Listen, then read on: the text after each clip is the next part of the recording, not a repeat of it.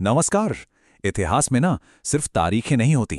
इसमें वो मोड़ होते हैं जहां एक छोटी सी चिंगारी पूरे साम्राज्य का भविष्य लिख देती है। तो आज हम 1857 के उसी ऐतिहासिक विद्रोह की कहानी को समझेंगे जिसने ब्रिटिश हुकूमत की पूरी नींव हिलाकर रख दी थी। 1857 की क्रांति की शुरुआत किसी बड़े महल या संसद से नहीं हुई थी। इसकी शुरुआत तो बस एक कानाफूसी से हुई थी। एक ऐसी अफवाह जो सिपाहियों की बैरकों में आग की तरह फैली और देखते ही देखते उसने एक पूरे उपमहाद्वीप को अपनी चपेट में ले लिया। तो आखिर वो कौन सी चिंगारी थी जिसने इस बारूद में आग लगा दी? चलिए उस एक घटना को थोड़ा और करीब से देखते हैं जिसने इतिहास का रुख ही मोड़ दिया। जरा सोचिए कि आपको एक ऐसा हथियार चलाने पर मजबूर किया जाए जो आपकी सबसे गहरी धार्मिक आस्थाओं को तोड़ता हो।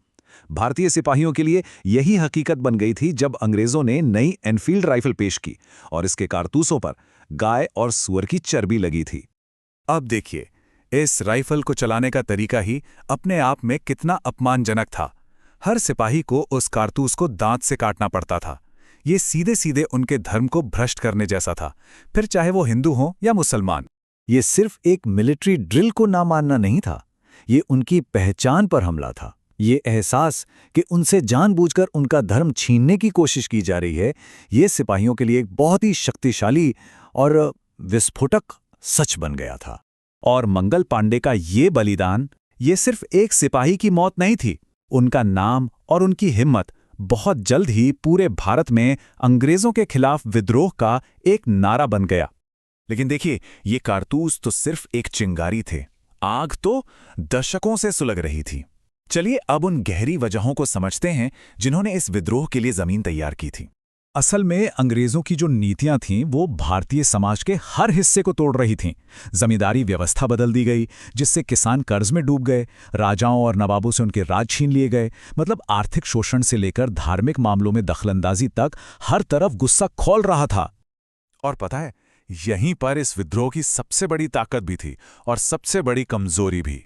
गुस्सा तो हर तरफ था, लेकिन एक साझा मकसद, एक मजबूत लीडरशिप, उसकी कमी थी। और यही आखिरकार इसकी नाकामी की एक बड़ी वजह भी बनी। 1857 का विद्रोह अंग्रेजों के लिए आप कह सकते हैं एक जबरदस्त झटका था। उन्हें यह एहसास हो गया था कि अगर भारत पर अपनी पकड़ बनाए रखनी है तो उन्हें शासन करने का अपना तरीका पूरी तरह से बदलना होगा।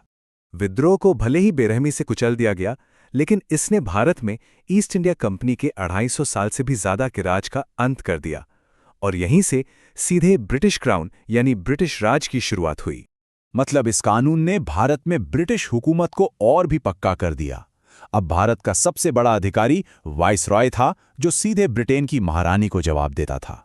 अब अंग्रेज ये तो समझ गए थे कि सिर्फ ताकत से काम नहीं चलने वाला, तो उन्होंने एक नई स्ट्रैटेजी अपनाई, दमन और समझौता।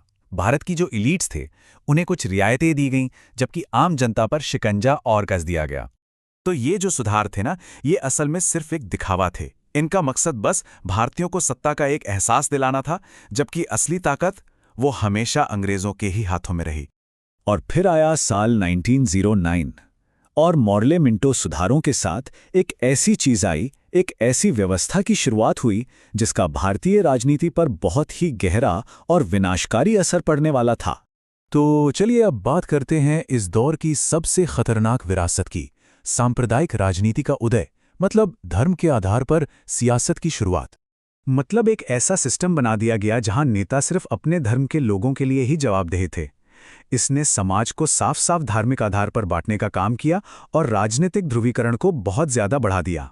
ये असल में अंग्रेजों की डिवाइड एंड रूल यानी बांटो और राज करो की नीति का सबसे बड़ा उदाहरण था। और इसने जाने अनजाने में ही सही भारत के भविष्य के विभाजन की जमीन तैयार कर दी। तो ये जो पूरा दौर था ना, वो एक अजीब सी कशमकश का गवाह बना। एक तरफ एक साम्राज्य था जो अपनी ताकत बचाने के लिए जद्दोजहद कर रहा था, और दूसरी तरफ एक देश था जो धीरे धीरे अपनी आज़ादी की आवाज़ बुलंद कर रहा था। तो 1857 के विद्रोह की जो विरासत है वो आज भी हमारे साथ है। बहुत जटिल है, इस पर आज भी बहस होती है, और ये एक ऐसी विरासत है जो न सिर्फ भारत बल्कि पूरी दुनिया को आज भी आकार दे रही है और हमें ये सोचने पर मजबूर करती है